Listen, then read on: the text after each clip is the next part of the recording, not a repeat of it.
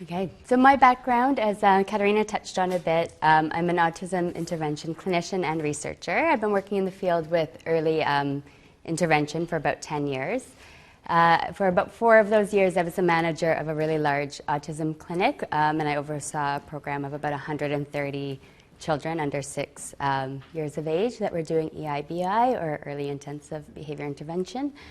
I've been studying this topic for about 3 years now, and 2 years with my PhD, and currently completing my PhD under Katarina and Carola. I've worked as a behavior interventionist in France for a year and Egypt for a year. I've helped go set up an autism clinic in Jakarta as well, so I've got to work internationally a bit, as well as in Vancouver, where I'm from. Right.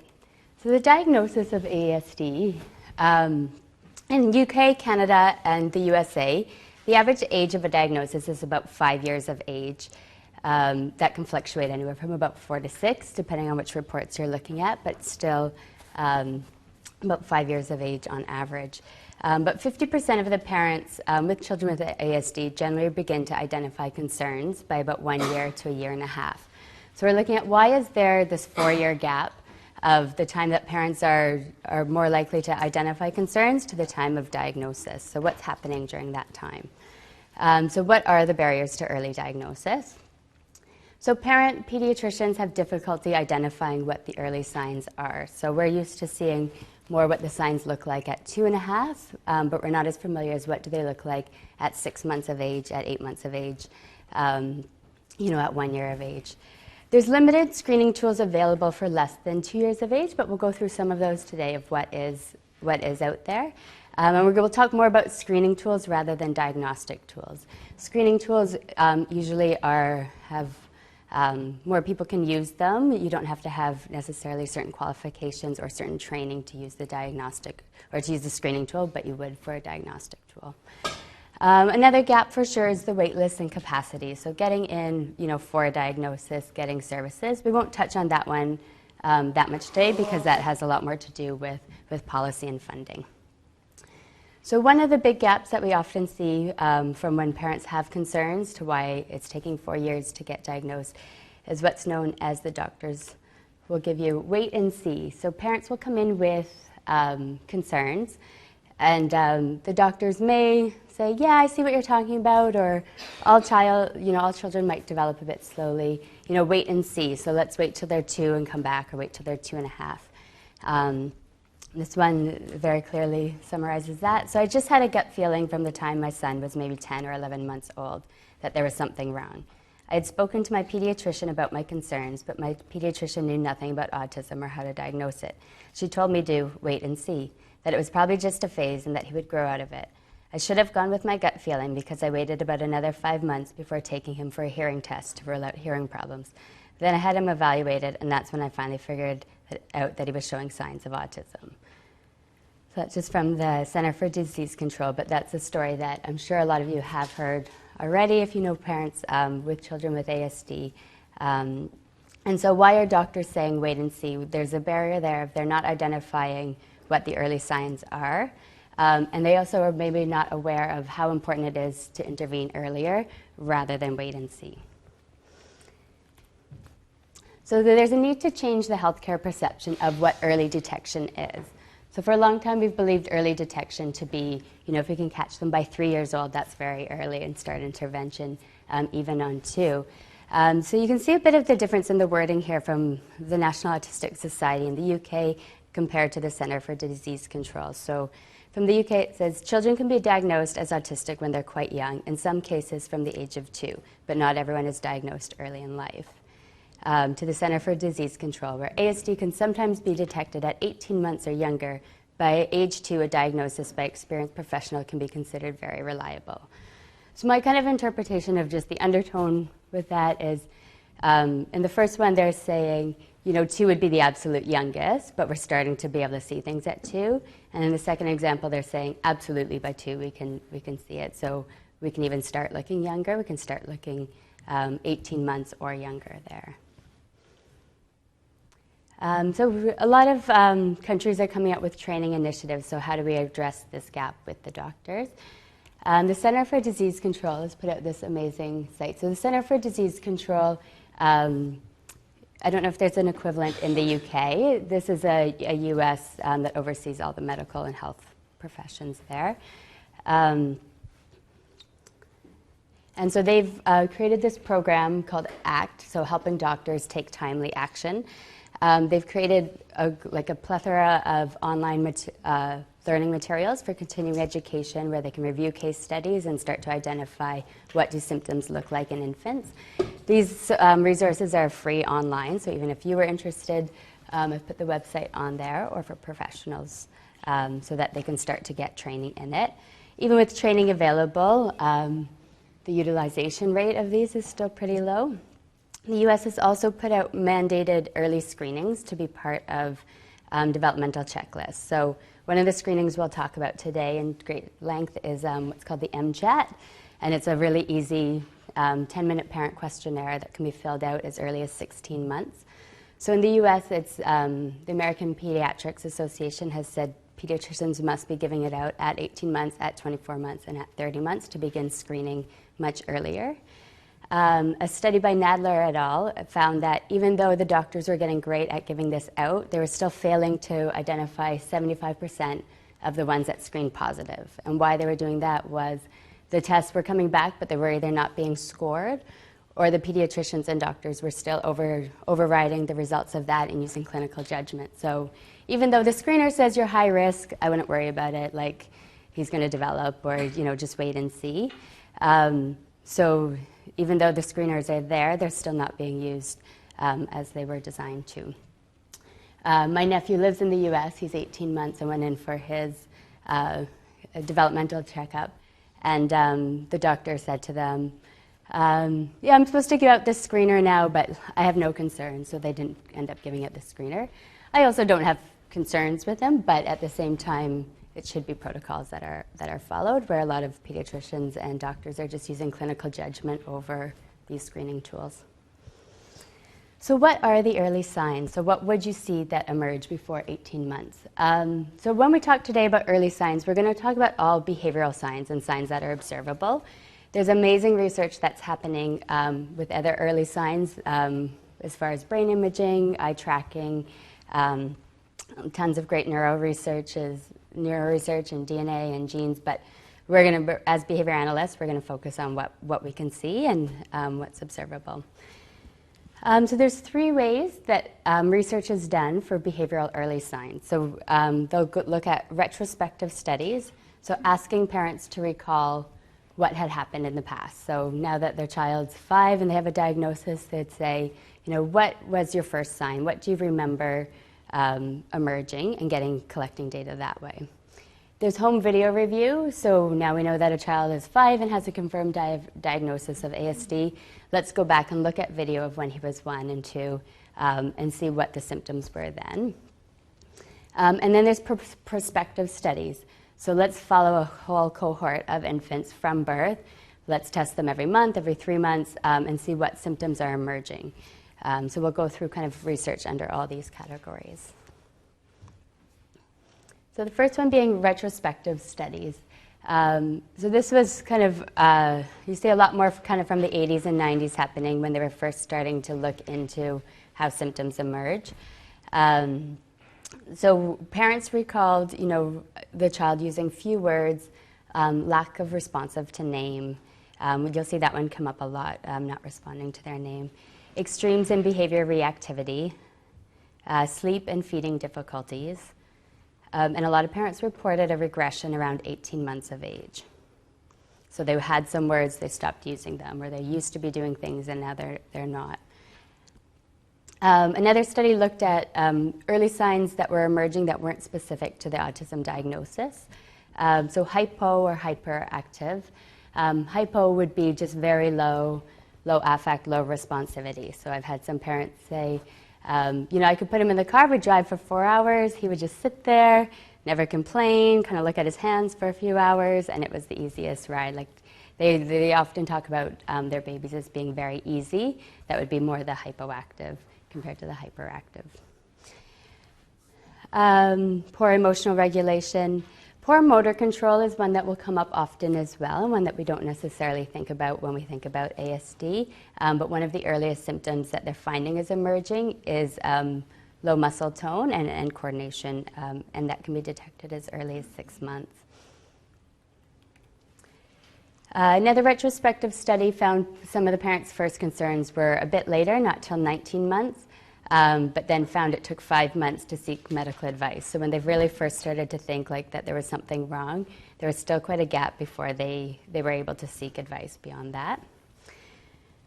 So what's important to note is that retrospective studies are subject to recall bias, confirmation bias, lots of different, with young children as well, there's lots going on, especially if you think that there's something wrong. So there's going to be lots interfering of how you recall that information.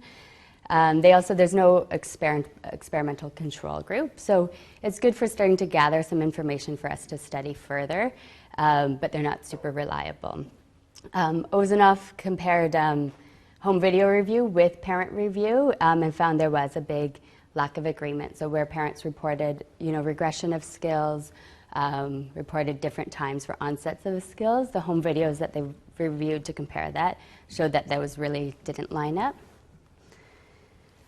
So home video review, one of my favorite studies by Osterling and Dawson, they went back and reviewed a bunch of first-year-old birthday parties of kids that later went on to get diagnosed. So kids that got diagnosed at 2 and 3, they went back and looked at like what's happening at 1. And so a lot of parents would have their first birthday party on tape. And so they compared 11 children with autism, who later went on to get autism, versus 11 typically developing children. 10 of the 11 children with autism showed atypical development with pointing, with showing objects, with orienting to name, and with looking at others. So typically developing kids were more quickly to respond to their name, to show items, and spending more time looking at faces. They went on a further study to say, can you figure out or can you see symptoms between developmental delay or intellectual disabilities and ASD from 1 year old?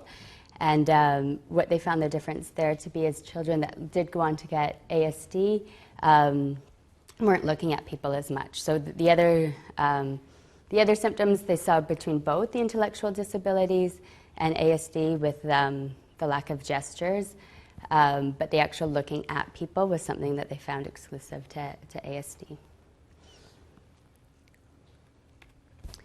That study has been replicated by Mars et al., and they also found that typically developing children imitate more vocalizations, follow receptive directions, and use more social referencing than children with ASD. And that's, again, at their 1 year, their first birthday party. Some other home video review looked at children that later went on to get ASD. They had more aversions to social touch and a higher frequency of mouthing objects between children that did not typically developing children. So many replications have seen the same results of just less looking at people, less time spent looking at faces, not orienting to names. So those seem to be the most common traits coming up across all the studies.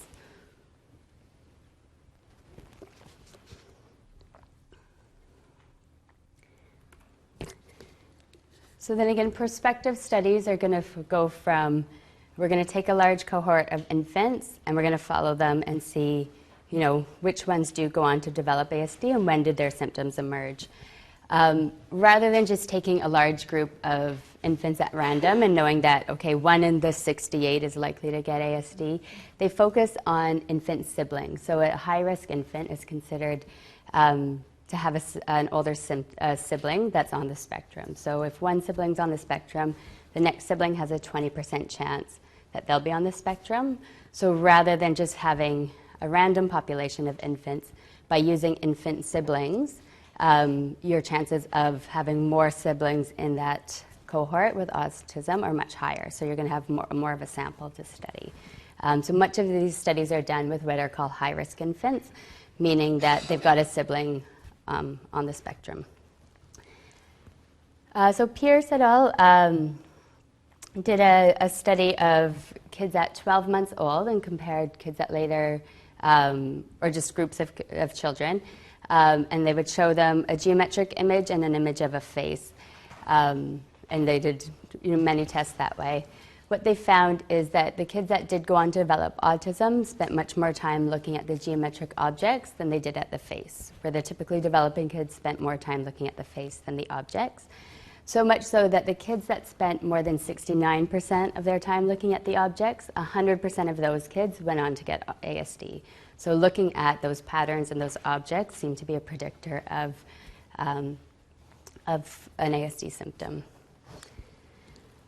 Early manifestations of autism in the first year of life were failure to establish eye contact, deficits in visual tracking, an inability to disengage visual attention, an inability to orient to name, a lack of motor imitation, inconsistent social smiling, hypo and hyperreactivity, and failure to establish anticipation responses. So Zwijgenbaum, I'll go into this study in more detail later, but these were their core symptoms that they found, and they've developed a screening tool based on this study here. So I'm going to show some video of what those symptoms would look like in children about 1 year of age.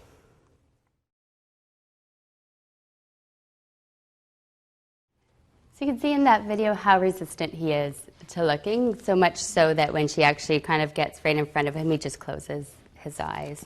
And that's where she's really trying to get him to look. So times when that effort's not exerted, it was reported that he really wasn't looking at all, and not just with mom. So what we want to see with the autism symptoms is that they're persistent. So they're persistent through people, through environments, and that it's reported over a period of time.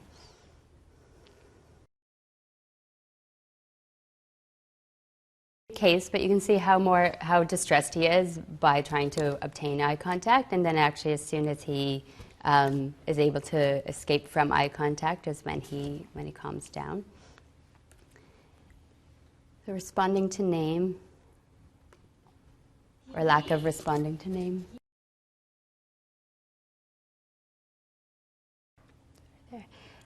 Repetitive behavior, or atypical motor behavior, atypical sensory behavior, is something that will come up a bit later in one of the screening tools.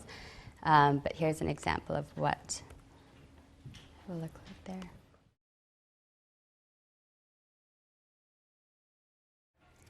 You can hear the mother in the background say, hitting his head, he's always doing that motion.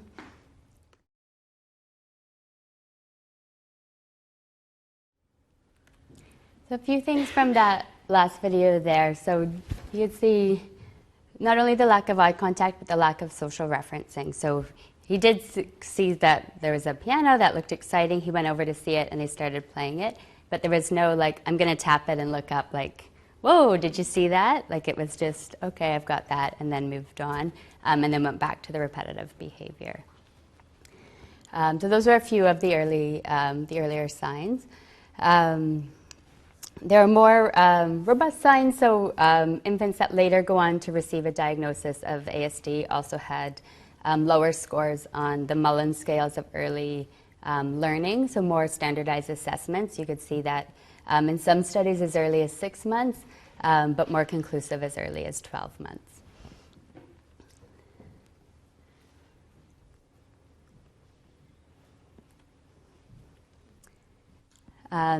So Ellison et al. And then a few other studies actually reported higher frequency of repetitive and stereotypic behaviors with objects and body, including rocking, flapping, rubbing, tensing, tapping, spinning, and they were found to separate the groups of ASD compared to the same age that were matched with a language delay. So some kids that have a language delay will show deficits of course, in language, but in some other symptoms will look the same, but the repetitive and stereotypic movements really separated those kids from kids that just had a language delay. So one of the best prospective studies that's been done, it's actually still going on. So Zwijgenbaum, who's a Canadian researcher, headed up what's called the Canadian Infant Study. And they've followed 440 siblings since I think 1999 it began. So they've now followed them 18 years. So they had 440 siblings of children with autism compared to 180 controls, so just 180 typically developing low-risk infants. They assessed them every 6 months for the first 3 years and then yearly after that. So the first symptom that they began to see emerge were significant differences in motor control at 6 months of age, was the earliest indicator for the kids that did go on to receive a diagnosis of ASD. The other items, they weren't significantly different. So eye contact, visual tracking, babbling, and imitation weren't significantly different, although there was some signs starting to emerge there. By 12 to 18 months of age, the symptoms were more robust. So atypical patterns of visual tracking, social orienting and joint attention, imitation, affect regulations, decreased flexibility, language delays in babbling and gestures, motor skills, and not responding to name. So this was one of the main studies that went on to develop one of the screening tools that we'll talk in depth about today, which is called the AOC. So this research has really led to one of the great screening tools that are being used for infants today. So here are a bunch of what currently exists for screening and diagnostic tools. So in the second column, the SRD just means screening and diagnostic. So you can see the age ranges as there's not many that are developed for children less than 2 years of age. Most start at 2 and go up from there. Screening tools can be useful because they can be quick to administer. There's a lot of people that can administer them. So they're good to have in your repertoire of what's available and what you're able to administer. So we'll spend time today talking about the AOC, the MCHAT, and the infant toddler checklist the most.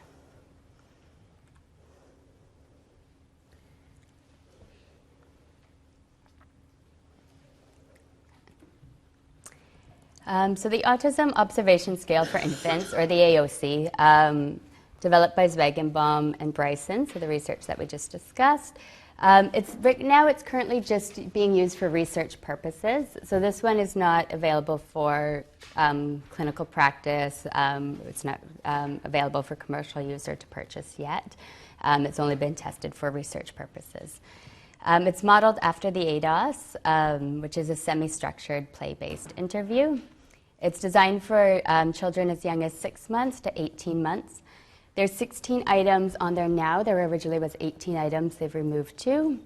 It takes about 15 minutes to administer.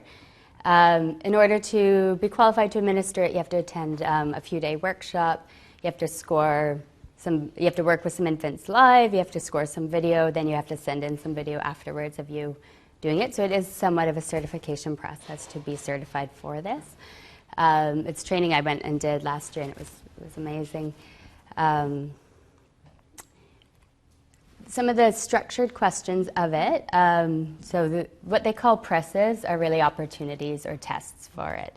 So specific presses, so visual tracking, so being able to smoothly visually track an item across their midline. So the midline's your middle of your body, so starting an object here, taking it from one side and back, and they do it on both sides. So they're looking for that smooth tracking. If the child doesn't make it past midline, their score is higher. If they don't follow it at all, it's higher. So a higher score represents more symptoms and more persistent or intensive or more severe symptoms. So a score of 0 would show that there was no concerns, they smoothly tracked it.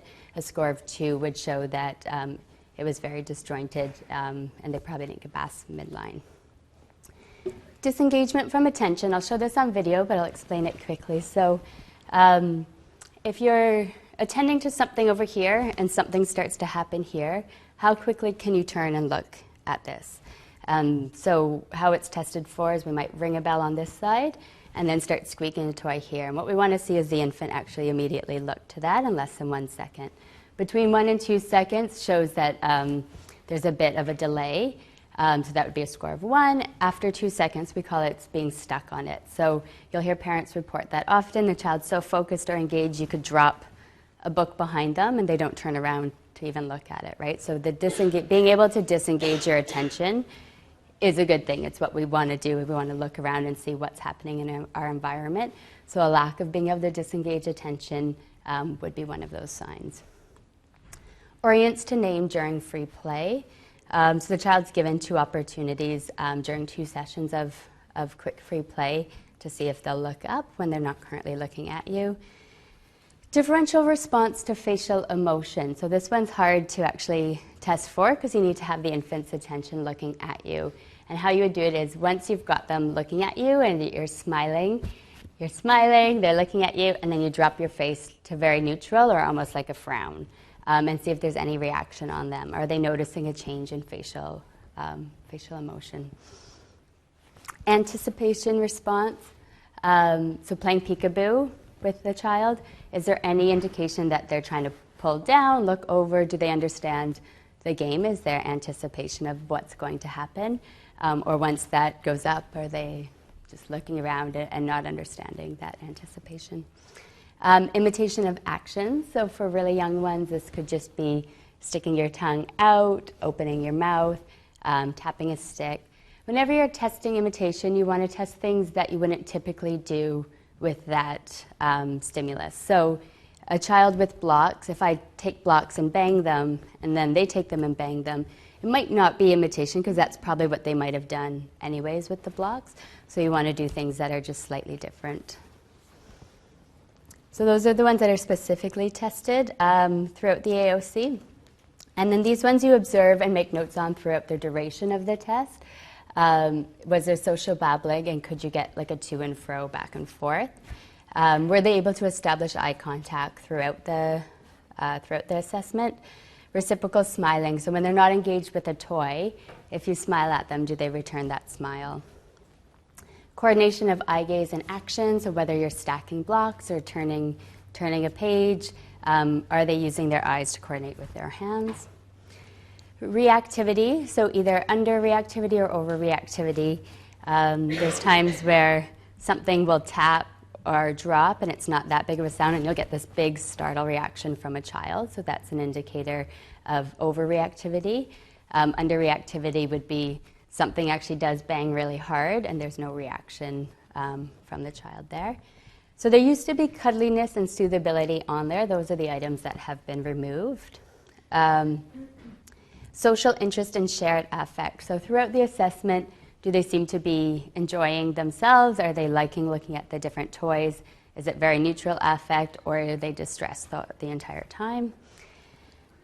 Transitions, so when you're taking toys away, when you're switching from one testing item to another, are they able to transition, or do they get very stuck and hard to redirect back? Motor control, so this as behavior analyst I find more of a trickier one, as where I don't have as much training in what motor milestones should a 6-month-old have, what motor milestones should an 8-month-old have. You know, all of their actions to me look fairly uncoordinated at that time, but what you're looking for is, yeah, are they sitting up, are they using both hands? So that you can reference different motor milestone data to kind of see, depending on which age of infant that you're working with. Atypical motor behaviors. So this is what we call motor stereotypy. So flapping, posturing, rubbing. Atypical sensory behaviors. Are they smelling everything? Are they licking? So mouthing for a lot of kids under 1 is still very like a typically developing behavior. But are they licking things? Are they mouthing everything? Once they've mouthed it, are they actually trying to explore it, or is it just going in the mouth?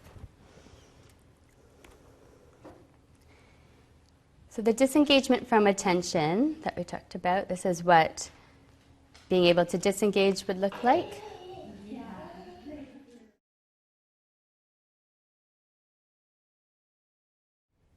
So just the disengagement. We're going to look at, this one's a 10-minute video of actually going through the entire assessment.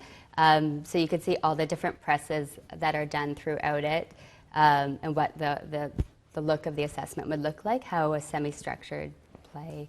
And then I'll let it just play and we'll chat about it after. That's kind of what the full assessment would look like. There's 2 groups of unstructured play in there, so you can test for where you're trying to get some social babbling out, you're trying to seeing if they're establishing eye contact, testing for social smiling. The block, where I was doing the imitation during the block, that was more just to get kind of that social smiling and trying to get some reciprocal babbling back and forth. You can see not responding to name on either time there, but then there was a lot of great things that they did do. So the anticipation response with peekaboo was quite clear. Imitation, like they actually only need to imitate one of the actions, so you provide 3 different ones, but if they show clear imitation on one, they do get full marks for that. So it can get tricky. What also happens a lot with high-risk infant research is if you know that they do have a sibling on the spectrum, then there becomes a lot more gray areas, I would say. And that's hard to be blind to the fact that if they do have a sibling, because oftentimes how they get referred from research is you're already working with one of the older siblings, and that's how they know about their research. So she actually does have an older sibling that is on the spectrum. And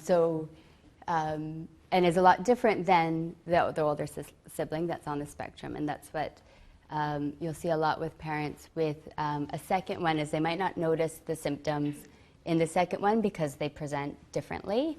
And if the first one had more severe symptoms, the second one, if it's less severe and they're hitting milestones that the first one didn't, they start to feel like, oh, we're in the clear, and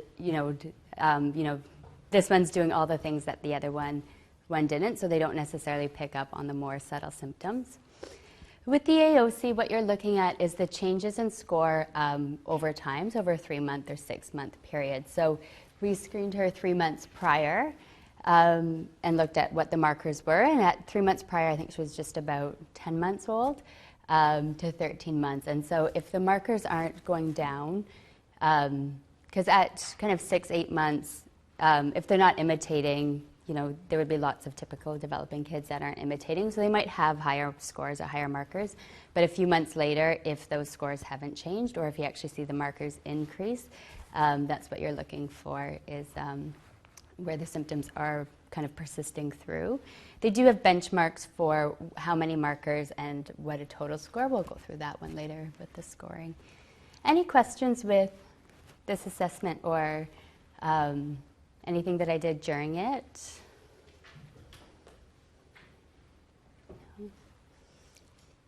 Okay. So then the 2 screeners that we'll talk about. So the MCHAT, so the Modified Checklist for Autism in Toddlers. The R means for revise, so they've revised it, and the F means with follow-up. So you can do the MCHAT R on its own, and then the follow-up is the second stage of it. So 2-stage parent report screening tool. It can be administered and scored as part of a well-child care visit. As we saw in the US, most of the pediatricians are moving towards doing that. Can be used by specialists or other professionals to assess risk. It's also available free online for parents to just download. It scores it for them, and it tells them if they should follow up from there.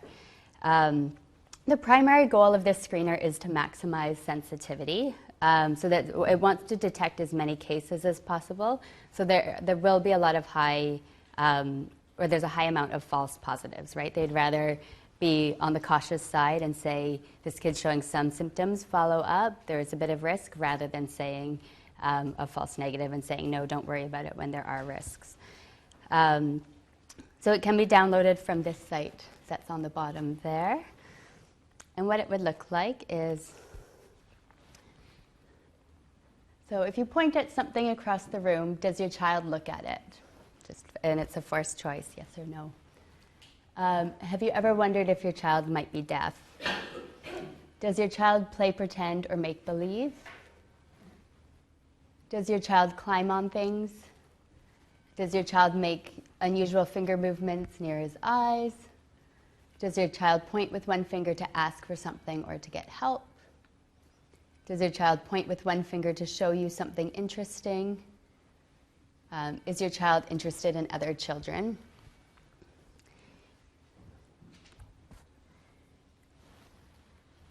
So, does your child show you things by bringing them to you or holding them up to you for you to see?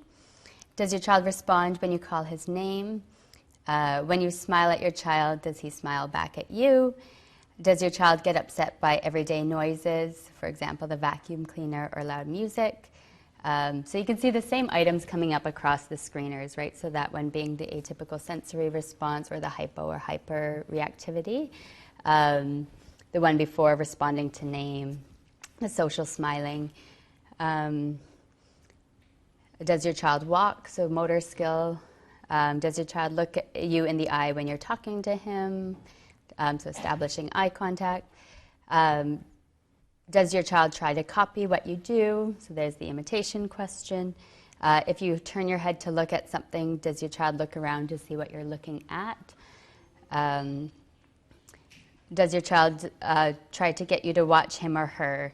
Does your child look at you for praise or say, look, or watch me? So these are some of those early indicators, but this is designed just for a parent to do yes or no. So if they have a score 0 to 2, it's considered low risk and there's no need to follow up. This is designed for infants or for toddlers, I'd say, from 16 months to 30 months. A lot of these skills do develop before 16 months, but it's been tested for 16 months and further. So medium risk, if they have a score from 3 to 7 on there. From there, if they do have that score, then the second stage is recommended. So it's a follow-up questionnaire that will gather more information on the items that they indicated yes and no for. If they have a score between 8 and 20, it's acceptable to bypass the follow-up and just go straight for a referral or a diagnostic evaluation. So it's kind of, if you're medium risk, there's a second stage to get a bit more information before saying, yes, you should follow up. Above 8 items on there, they're saying, go get it checked out. The infant toddler checklist is a communication screener. So it's another one that's free, available online, that parents can do, clinicians can do, doctors can do.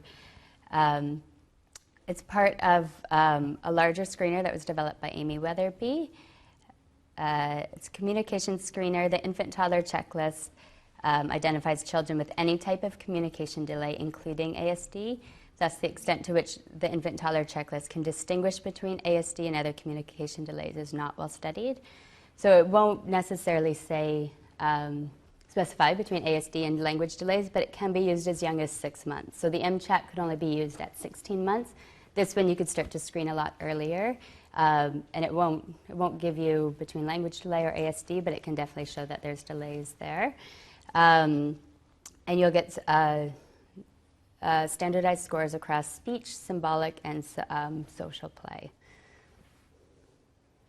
So Amy Weatherby, who developed this, she also has another great resource called the First Words Project, firstwordproject.com. And she's developed 16 gestures by 16 months. So what gestures should kids be doing? So it's okay if they're just showing delays in actual verbal output, but are they engaging in social smiling, joint attention, and they should be able to acquire and execute different gestures. So from 9 months to 16 months, they should be acquiring 2 new gestures every month. So at 9 months, they're looking for give. So if you have an outreached hand, is the child giving it to you? So we saw in the AOC that I did with the ball, when I said, she couldn't roll the ball necessarily, but she could give the ball and follow that direction. And then shake head, so when they don't want something, refusing. In 10 months, so reach, so if you're about to pick them up, are they reaching to come up? Do they indicate that they want to be lifted up? That's raise arms, reaching to like a full-handed point. So they want their cup up there, they're reaching for it, something's on the table, they're showing you with a reach. 11 months, coming to just show you something, and waving bye-bye. At 1 year, so the open hand point, that would be more to show probably rather than to request, and then tapping items to indicate, to get your attention. At 13 months, being able to clap and blow a kiss. So those are the early ones that I've focused on. Again, they might not come in that order, but it's more just looking at, is the child using gestures? Are they developing more gestures? So now we've looked at what are the early signs and how do we screen for them. And so the whole point of identifying them early and screening early is so we can begin treatment earlier. So in this section, we're going to look at the evolution of treatment and where it's come from and where it's kind of the trends that it's going to. In this, we'll discuss something that's emerging lately a lot called NDBIs, or Naturalistic Developmental Behavioral Interventions. Some of the common models being the Jasper Pivotal Response Training and Early Start Denver model. We'll look at what those are, what the research is with them, and then what interventions are being used pre-diagnostic. So how are we intervening with infants? And then after lunch, I'll go into my own research and show lots of video of case studies of kids that I've been working with. So evolution of treatment, where did we come from? So there's a great article in Life magazine from 1965 called Scream, Slaps, and Love. And it's a photo essay of about, I think, 4 or 8 kids that they followed. The article states that they had childhood schizophrenia. It's now believed that they were more severely autistic.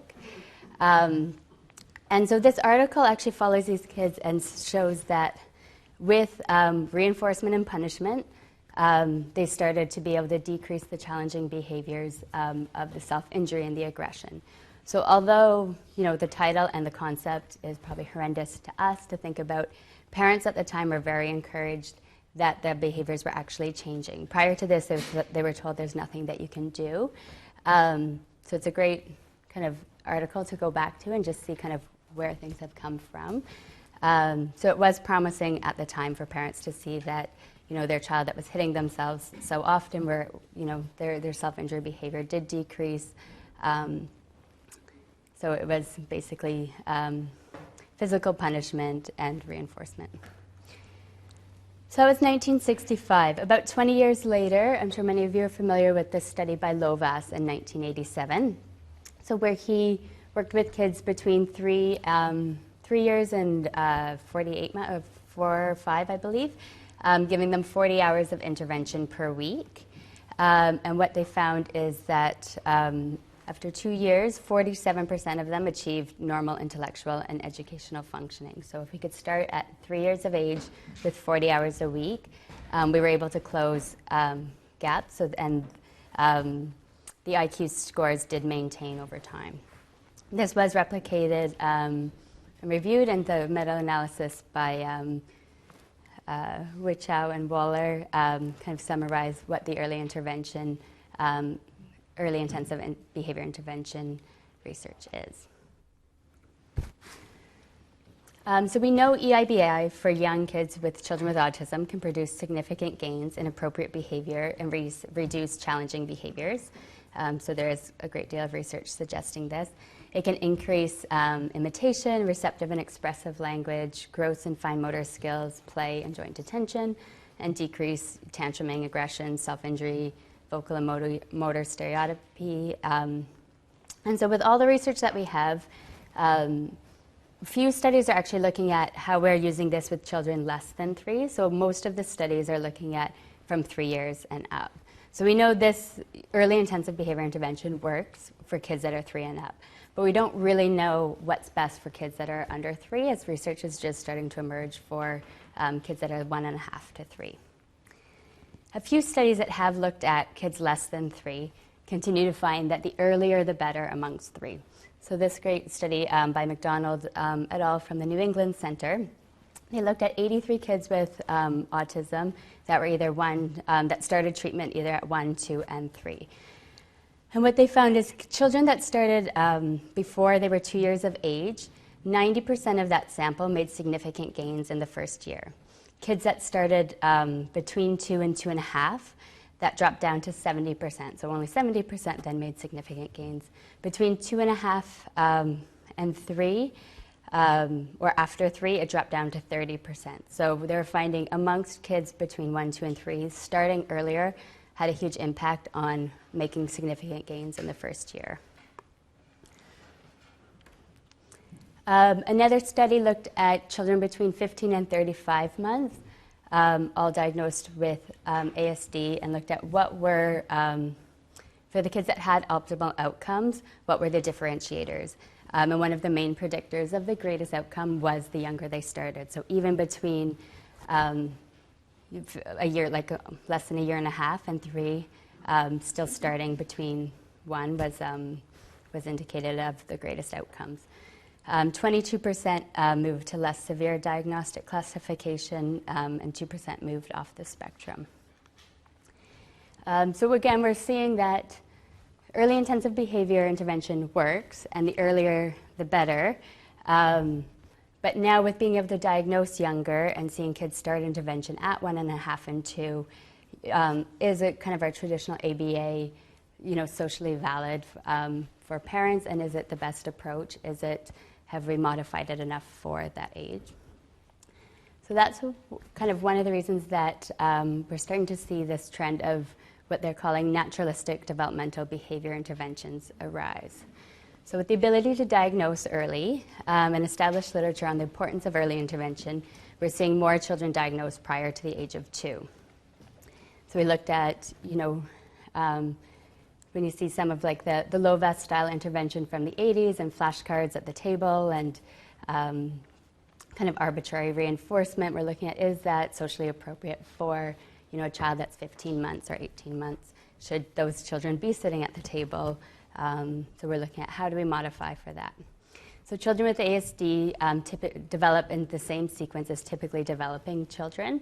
So we started to look at developmental sciences and how that can impact, how we can merge behavioral sciences with developmental sciences. And that's how the naturalistic developmental behavior interventions came about. So I'll call them NDBIs going forward. So what do they entail? So there's a big focus on parent training, coaching, and education. So having the parents be part of the intervention team. A big focus on natural reinforcement. So rather than, show me the car, okay, here's a Skittle. It would be like, show me the car, okay, let's push the car, and kind of using what's already occurring in the environment. Least to most prompting, or what they refer to as cueing. Capturing learning opportunities in daily routines, so lots of incidental teaching in play-based activities. Child-preferred activities, so you'll hear a lot about following the child's lead, following the child's interest. That's a big part of NDBIs. There was a good review by Schreibman last year, 2 years ago, that kind of went over the benefits of NDBIs and where the research is at. And what they found is that NDBIs can reduce prompt dependency, increase natural language and initiations, and they were ranked higher in social validity amongst the parents that were using them and the clinicians. So a few different types. So what we find with NDBIs is they're starting to really brand off into these packages. So the Jasper model is one of them. So it stands for the Joint Attention, Symbolic Play, Engagement, and Regulation. It was developed by Connie Cassaray at UCLA. So it's focused on the core deficits of social engagement, play skills, and communication. Her research supports that these skills are the biggest predictor of language outcomes. So it's working on these foundational skills earlier to support language development later. Joint attention, engagement, and gestures predict later language. It's parent-mediated and teacher-mediated, so a move away from training ABA tutors to more training the people that are going to be in their daily lives as the interventionists. So some of the strategies that the Jasper model uses, and you'll see a lot of commonalities across the different models. So setting up the environment, removing distractions, being very intentional with your selection of toys, and setting them up in a way that you're going to always be able to sit face to face. So preparing the environment before you even bring the child into it. Focusing on imitation, so imitate functional play, but not repetitive, non-functional play. So not just imitating anything that they do, but waiting until they engage in a functional activity and really focusing on imitating that for them. Continuing to model new activities or new actions for the child to model or imitate. Using play routines, so predictable steps of a routine such as a tea set. So first we're going to put out the teacups, then we're going to pour the tea, and then we're going to give the bear the tea. or doing the same with the train set. And once the child's got that routine, continue to expand it by one, with the routines using kind of the same language throughout so that the play becomes predictable for the child. So the Jasper strategy, they match the child's mean length utterance. So if the child uses one word, the person responding is going to use one word. So you're kind of staying at the same language level as the child there. Programming for joint attention, so really having different targets that are tackling joint attention, so pausing before an expected action, waiting them to look up and reference, and then prompting and shaping gestures, so kind of the gestures that we looked at from Amy Weatherby of the 16 by 16 months, programming how to teach those gestures, shaping those, and prompting those. So for play, the Jasper model identifies different states of engagement, and then how do we move the child through these states of engagement to get to the coordinated stage. So the first stage being unengaged, so the child's not focused on the object or a person, so their attention will be a bit everywhere, but not focusing on one state. Moving that, the next stage being onlooking, so they're watching other people, they're not engaging, but they're starting to look at other people. Engage with an object, so independently focused on an object and engaging with that object. Moving that to person engaged, so interacting with you without objects, so that would be social games. So it could be peekaboo, it could be ring around the rosy, it could be games of tickle. So without objects, having that engagement just be on the person. Supported, so with an object, but taking turns back and forth. This is still very adult-led. And then the final step where we want to get to is coordinated. So you and the child are interacting with the same object and taking turns leading the interaction. So the child, you're starting to see initiations with the play, and the child the continuation of the play. So they look at for targets where the child is currently at, and then how to program to get them to the next step there. Same with their levels of play. So starting at simple play. So all objects are treated alike. And during simple play, they start to develop discriminative actions with each toy. So they might be doing the same thing with each toy of just taking the parts out. And during simple play, they might start to learn that where some pieces go and start to do actions a little different with each toy. Combination play, where simple play is taking things apart, combination play starts to put things back together. So ring stacking, shape sorter, inset puzzles. Pre-symbolic play, so uses objects in a pretend manner with the self and extends that to dolls and figures. So this would be brushing the doll's hair, giving the doll a drink with the actual objects. And then moving to symbolic play, so being able to substitute one object for another. So, feed the bear a block and pretend that's food, or put the doll in a shoebox and pretend that's a car. So the Jasper also looks at how to teach these two different communicative gestures. So gestures falling into two categories, so either requesting, so to direct attention to others, to direct the attention of others to meet one's own needs. So reaching, pointing, and giving, those are all having to do with the child trying to get what they need. So that's one gesture group, as well as joint attention. So to share attention with others and initiate and maintain social interaction. So pointing, giving, showing, and referencing. So programming, again, the way that we would write programs in an ABA setting or traditional ABA, they would be writing around these goals. So that's the Jasper model. The next one's pivotal response training. So the focus of PRT is to teach children with ASD certain pivotal behaviors that are sent to open up your next set of behaviors. So they've identified the pivotal behaviors as motivation, responding to multiple cues, self-management, and self-initiations. So that's where they want to build their programs from. So again, PRT emphasizes the importance of training parents as primary intervention agents. So it's the clinician spends all their time training the parents rather than training a therapist. The training of siblings, teachers, and other caregivers as secondary interventionists. So again, training the people that are going to be in this child's environment rather than just having the one ABA tutor trained and not the family. So teaching functional, social, communicative, and adaptive behaviors with a naturalistic teaching format. So that's the PRT kind of tagline of what they do. Strategies that they use. So first, step one, establishing the learner's attention. Using shared control, so balancing turns and prompting. Using learner choice, observe what they have free access to and identify their preferences and activities and toys. Varying tasks and responses, so interspersing tasks to maintain the learner's interest and engagement.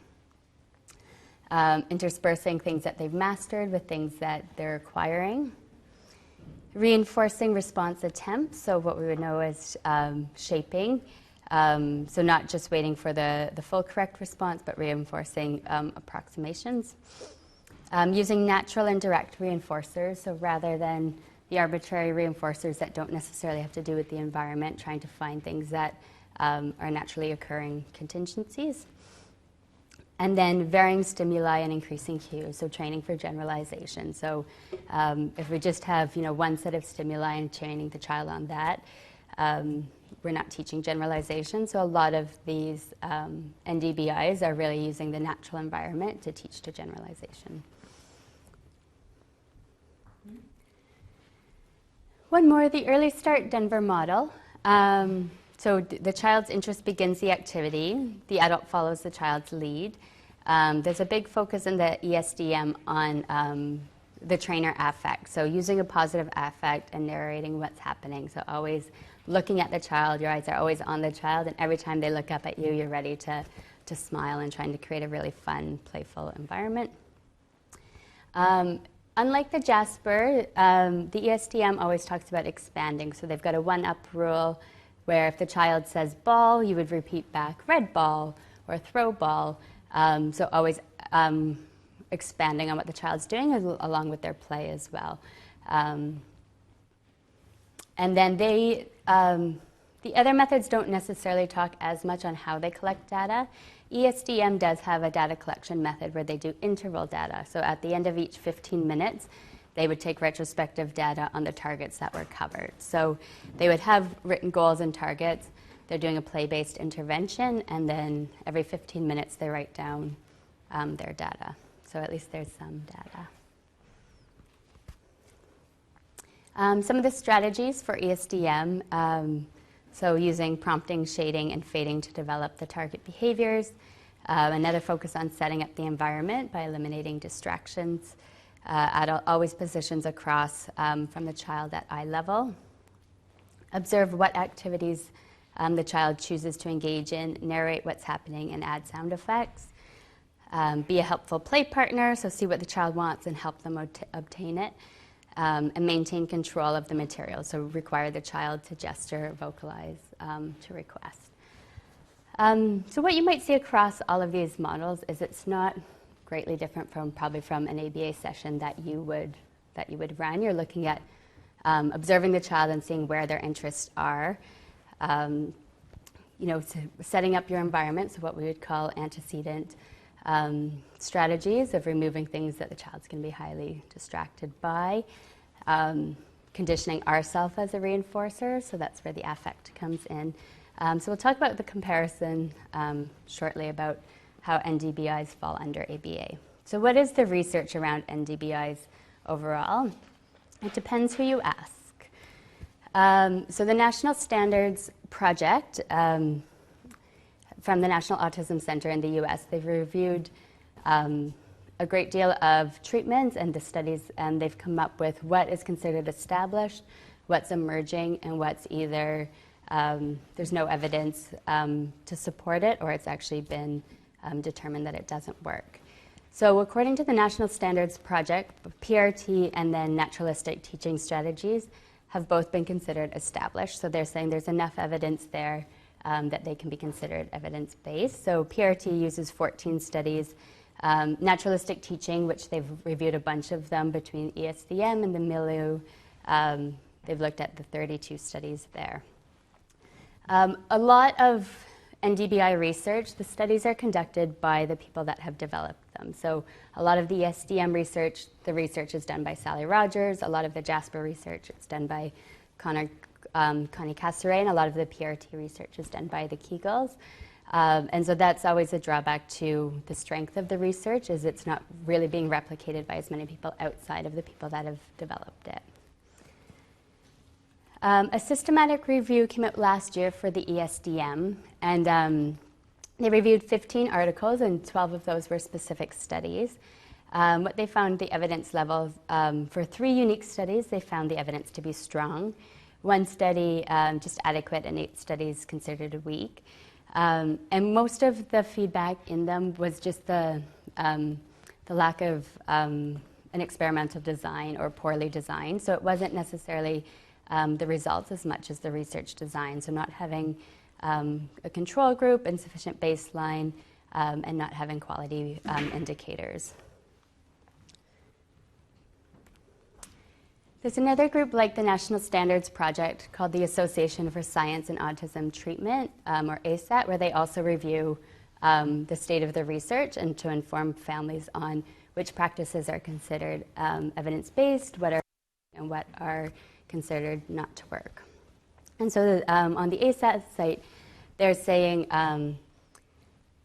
that ESDM is still considered emerging. So there's some evidence that's promising, but the model should be presented as preliminary at best. So it's in need of replications by independent investigators and comparisons against established early interventive behavior treatment models. So there's yet to be a random control study comparing ESDM to traditional ABA. They've compared it to community-based services, which there's a lot of variation on what community-based services are. I do believe they are doing that right now, or in the process of doing a random control trial. So we'll see that kind of come out. So that's some of the research around NDBIs. This is what an NDBI session could look like from a parent that's trained in it.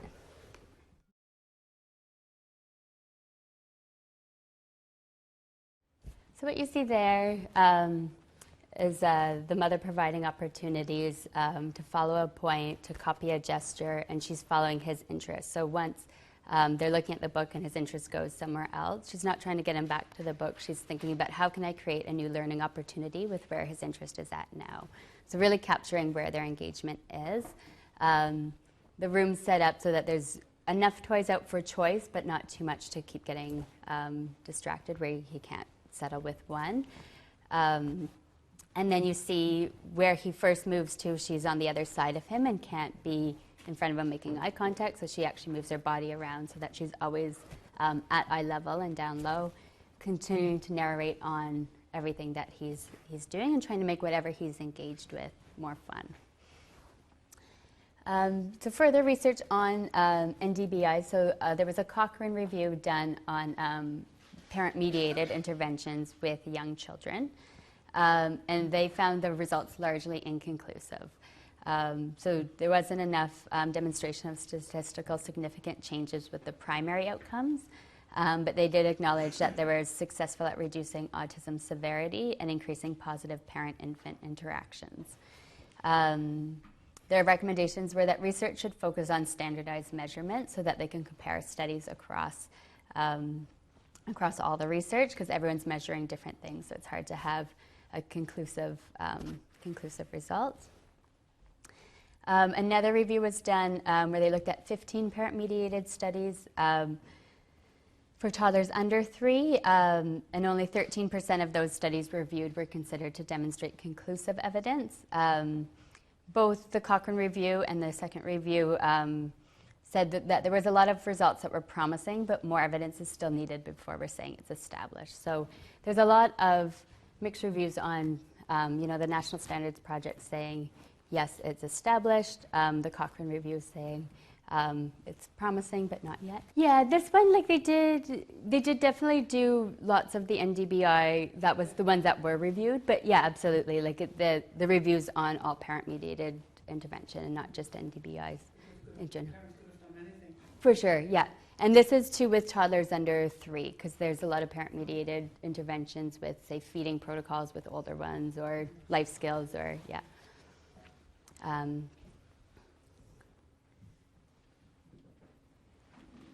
So what you probably noticed when I was going through the different NDBI models is that there's a lot that just sounds like ABA language, like ABA things that we do, just with a different term.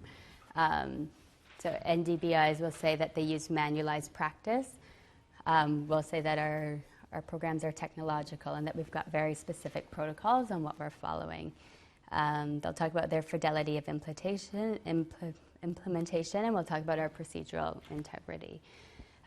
Individualized treatment goals, I think we talked about kind of a similar, we might have various words for that, but we are very individualized for each of the kids. So ongoing measurements of progress, we'll talk about data collection. Child-initiated teaching episodes, so incidental teaching. So we're always capturing those incidental teaching. Environmental arrangement, so much is always talked about setting up the environment, eliminating distractions. For us, we just call those antecedent interventions, right? Where it's not that we've never thought about how do we remove the distractions or clear the table. We just have a different word for it. Natural reinforcement, we might use natural occurring contingencies, and as behavior analysts, we're always trained to, that's the end goal, is how do we move this behavior so that it occurs in the natural environment with natural occurring contingencies. We might not be able to start at that place, but that's kind of the goal of where we're moving to. And they'll use the word cueing, and we'll use prompting. So as you can see, there's a lot of overlap in how they package their stuff that's really just coming directly from ABA. So that's my question there is, are NDBIs just an ABA package? So is what's working in the NDBI, is it just that we've packaged together kind of the best ABA technologies, and that we're just missing the data collection with them? So what you'll see a lot is the naturalistic environmental teaching, the shaping, the prompting, training loosely, generalized antecedents, free operant assessments, and man training. So it's, and that's where I hope we can have a bit of discussion on, is the thoughts around, is it something separate from ABA, or is this just a version of good ABA and capturing the child's attention? The benefit I find of using the term NDBI is allowing us to speak about various technologies that comprise an ABA package. So when we say NDBI, we have a clear vision of what that would look like, how the environment's set up, and what the visual of how using free operant assessments is happening, how the man training looks. The JASPER pivotal response training, ESDM, and some other ones are often very branded, marketed, require their own training and certificates. And so they've really tried to separate themselves from just ABA. I was at a pivotal response training workshop, and they showed videos of what ABA looks like, and they showed just discrete trials, right? And that's what a lot of people think about when they think about ABA. So it was this video, I think, from the 80s, and it was dark, and the instructor was using flashcards, and then the child was very distressed, and it was just not looking like a lot of fun. And then they showed pivotal response training, which a child was on the swing, swinging, and then they stopped the swing, and the child said swing, and then they gave them more swing, right? So we would look at that and think, that's man training. We're using what the child's interested in. These are kind of the models that have developed to try to address kind of the 2- and 3-year-olds with more of a confirmed diagnosis. 2 of these have gone on to make pre-diagnostic models. So how do we teach parents before there's a diagnosis to intervene with the symptoms? So even going younger than what these models are going. So what models are emerging for beginning intervention at the first onset of symptoms? So we're just going to look at the infant start and social ABCs. So I'll let Sally Rogers explain it quickly, and then I'll go over what her study actually entails. Hi, Rogers. She's the author of the Early Start Denver Model, the book, along with Geraldine Dawson, and has done a lot of the research and is really pioneering kind of this field. And she put out this great study that actually inspired me to want to study this topic of doing parent-mediated intervention with infants showing signs of autism. So her study was a pilot study that came out in 2014. And she had 7 infants between 7 and 15 months old that were showing different symptoms of autism, so decreased eye contact, decreased social interest or engagement, repetitive movement patterns, a lack of intentional communication. So they did use the AOC, so the assessment that I showed you earlier, along with many other standardized scores. Half of them were high-risk infants, so they had already older siblings, and half weren't. They did 12 weeks of parent coaching and then follow-ups at 3-month intervals. And so the parent coaching would be 1 hour long with the parent and infant and a trainer. And they went through this manual of teaching the parent, and then all week long the parent would work on those skills. So by 2 and at least by 3, 6 of the 7 had closed the gap, so they were no longer showing symptoms of ASD, and they didn't go on to get a diagnosis. 1 of the 7 did go on to get a diagnosis. There was a control group of 4 infants that declined the treatment, so they had similar symptoms at the beginning, and for whatever reason said that they're not going to do the 12 weeks of parent coaching. And all of their symptoms persisted, and I believe went on to get a diagnosis. So that's kind of one of the closest things to being able to compare, you know, what happens when you don't intervene versus if you do. But again, there's other extraneous variables that might be part of that group as well. So what was exciting for this is that starting as young as 7 and 8 months with symptoms persisting, is that with very low intensity treatment, so 12 hours of treatment total, 1 hour a week for 12 weeks, was enough to decrease symptoms in 6 out of the 7 infants. So there's another one that's developed called the social ABCs, which is a lot like Infant Start. And it's developed by some great researchers, so Lonnie Zwagenbaum, Jessica Bryan, Susan Bryson. They're all Canadian researchers. Where the social ABCs has developed from was this initial study that had 20 parent-infant dyads of children at risk or with a confirmed diagnosis, again comprised of a 12-week manualized treatment. And then results indicated that significant gains were achieved in responsivity, initiations, and social smiling, as well as decreased AOC scores. I'll show you a quick video just on kind of the information around the social ABCs.